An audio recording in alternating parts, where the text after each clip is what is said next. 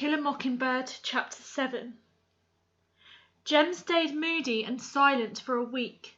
As Atticus had once advised me to do, I tried to climb into Jem's skin and walk around in it. If I had gone alone to the Radley place at 2 in the morning, my funeral would have been held the next afternoon. So I left Jem alone and tried not to bother him. School started. The second grade was as bad as the first, only worse. They still flashed cards at you and wouldn't let you read or write. Miss Caroline's progress next door could be estimated by the frequency of laughter. However, the usual crew had flunked the first grade again and were helpful in keeping order. The only thing good about the second grade was that this year I had to stay as late as Jem, and we usually walked home together at 3 o'clock. One afternoon, when we were crossing the schoolyard toward home, Jem suddenly said, "There's something I didn't tell you." As this was the first complete sentence in several days, I encouraged him. "About what?" "About that night." "You've never told me anything about that night," I said. Jim waved my words away as if fanning gnats. He was silent for a while, then he said, "When I went back for my breeches, they were all in a tangle. When I was getting out of them, I couldn't get them loose. When I went back," Jem took a deep breath, "when I went back, they were folded across the fence, like they were expecting me. Across, and something else." Jem's voice was flat. "Show you when we get home. They'd been sewn up.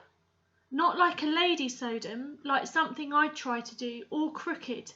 It's almost like somebody knew you were coming back for 'em." Jem shuddered. "Like somebody was reading my mind, like somebody could tell what I was going to do. Can't anybody tell what I'm going to do lest they know me, can they, Scout?" Jem's question was an appeal. I reassured him. "Can't anybody tell what you're going to do lest they live in your house with you, and even I can't tell sometimes."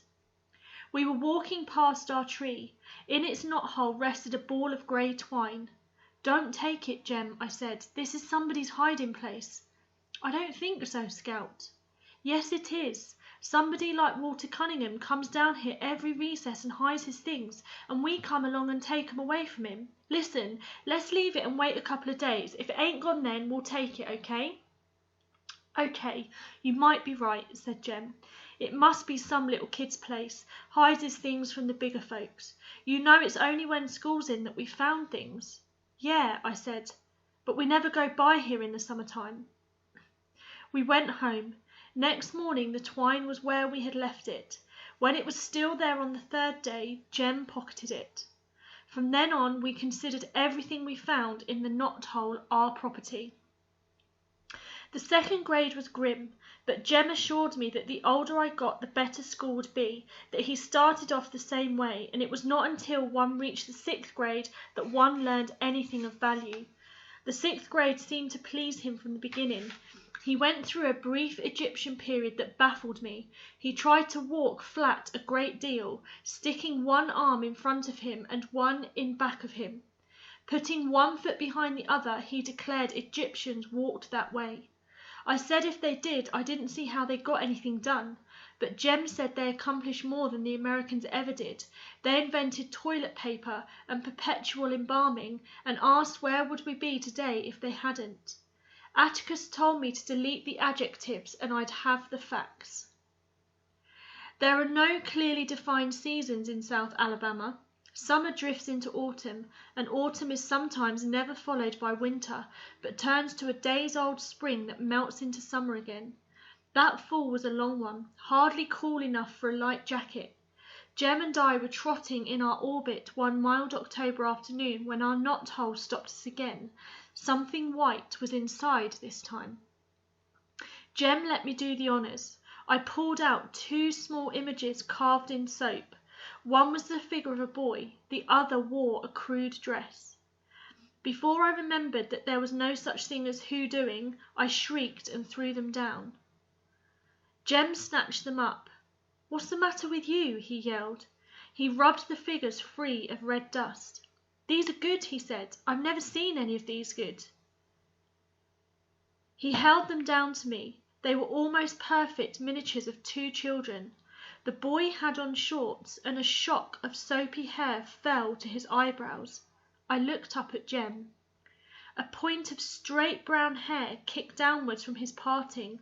I had never noticed it before. Jem looked from the girl doll to me. The girl doll wore bangs. So did I. "These are us," he said. "Who did 'em, you reckon?" "Who do we know around here who whittles?" he asked. "Mr. Avery?" "Mr. Avery just does like this. I mean carves." Mr. Avery averaged a stick of stove wood per week. He honed it down to a toothpick and chewed it.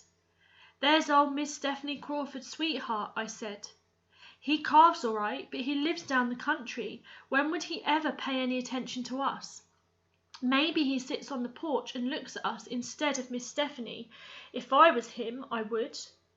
Jem stared at me so long I asked what was the matter, but got nothing, Scout, for an answer. When we went home, Jem put the dolls in his trunk.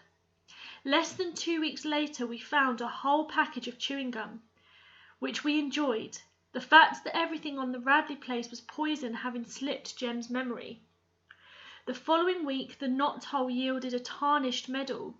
Jem showed it to Atticus, who said it was a spelling medal, that before we were born the Macomb County schools had spelling contests and awarded medals to the winners.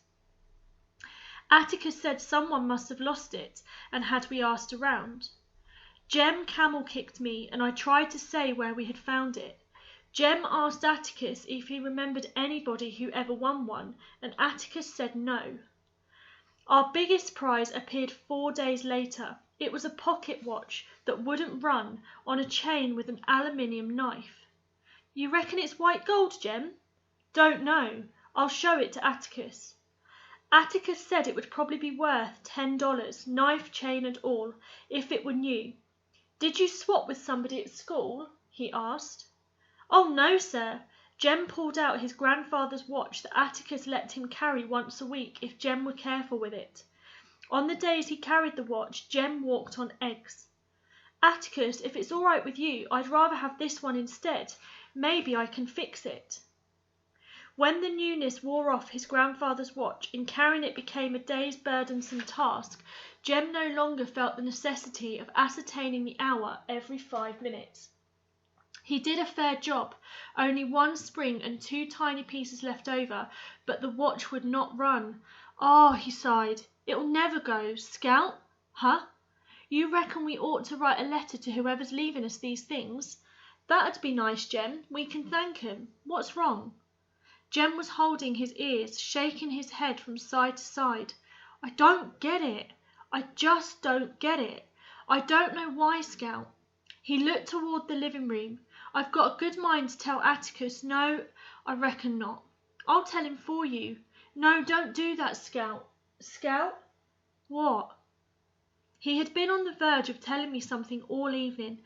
His face would brighten and he would lean toward me. Then he would change his mind. He changed it again. "Oh, nothing." "Here, let's write a letter." I pushed a tablet and pencil under his nose. "Okay.